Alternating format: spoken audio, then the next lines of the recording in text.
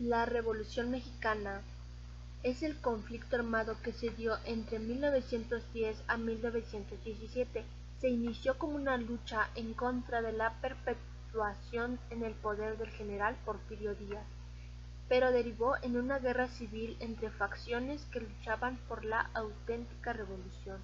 Diferentes grupos que tenían como bandera derechos políticos y sociales se unieron por este objetivo, pero luego llevaron a cabo una guerra de guerrillas a lo largo de una de las épocas más convulsas para México, que dejó más de 1 millón de muertos.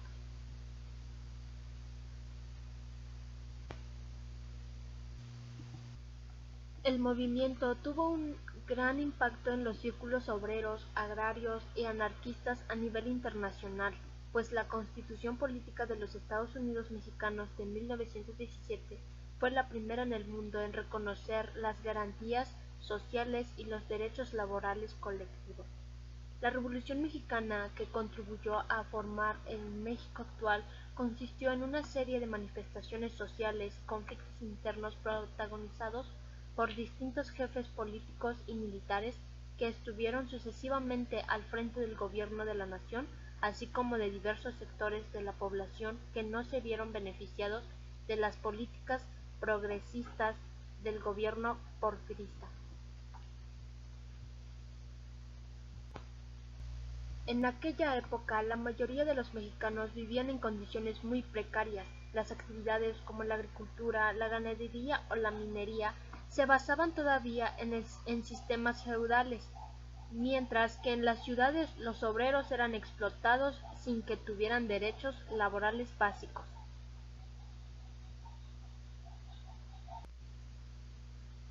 Luego de que el presidente Porfirio Díaz resultara electo para un nuevo periodo presidencial de 1910 a 1914, el excandidato y líder liberal Francisco I. Madero lanzó el Plan de San Luis, fechado el 5 de octubre de 1910, para derrocarlo.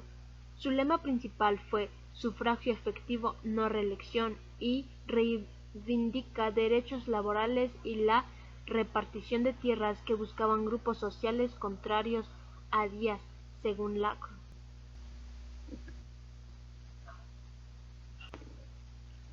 En su plan de acción estaba una convocatoria a la lucha armada el 20 de noviembre desde las 6 de la tarde en adelante. Todos los ciudadanos de la República tomarán las armas para arrojar del poder a las autoridades que actualmente nos gobiernan. Algunos grupos, como el de los hermanos Alquiles, Máximo y Carmen Cerdán, al ser descubiertos en posesión de armas, se alzaron antes de la fecha pactada en Puebla. La muerte de los hermanos al enfrentarse con las fuerzas del gobierno los llevó a ser considerados por primeros mártires del movimiento contra Díaz, además de que motivó a otros a la insurrección.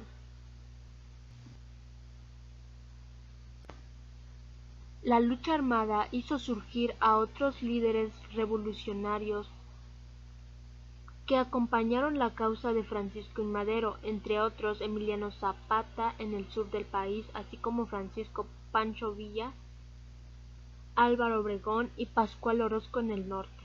La presión revolucionaria tuvo éxito y Porfirio Díaz firmó su renuncia a la presidencia el 25 de mayo de 1911, dando fin a 35 años de gobierno y abriendo paso a nuevas elecciones.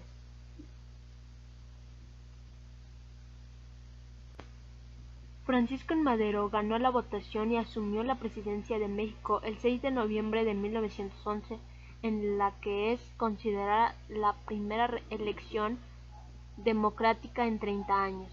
Pronto comenzaron las luchas entre los que fueron aliados al comienzo del levantamiento armado, pues cada bando se asumía como auténtico defensor de los ideales revolucionarios.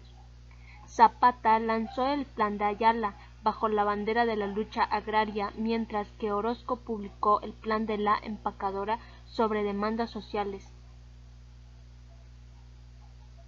El gobierno maderista logró defenderse durante 2 años frente a los insurgentes zapatistas, orozquistas y otros grupos más pequeños con apoyo de las tropas de Villa.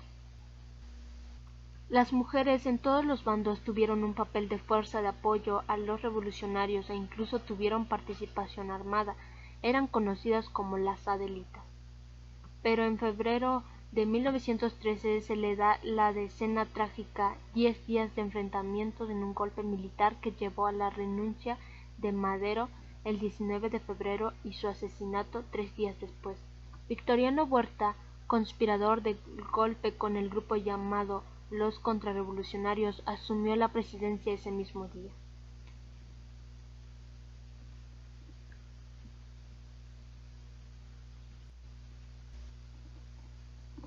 Para combatir a Huerta, llamado el usurpador, una reorganización de fuerzas revolucionarias del norte llevó a la creación del Ejército Constitucionalista al mando de Venustiano Carranza.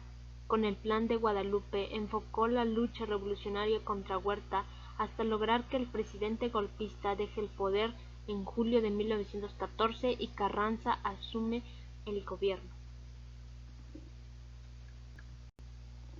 La Convención de Aguascalientes entre líderes revolucionarios llevó al desconocimiento de Carranza como presidente, por lo que nuevamente se abren dos grandes bandos, los convencionistas y los constitucionalistas. Las luchas armadas entre los bandos, en las que se da el grueso de las muertes, calculadas en más de 1.000.000, se prolongaron desde octubre de 1914 hasta noviembre de 1916. La balanza finalmente se inclina hacia las fuerzas de Carranza, quien desde septiembre de 1916 convocó un Congreso Constituyente para redactar una nueva Carta Magna del país.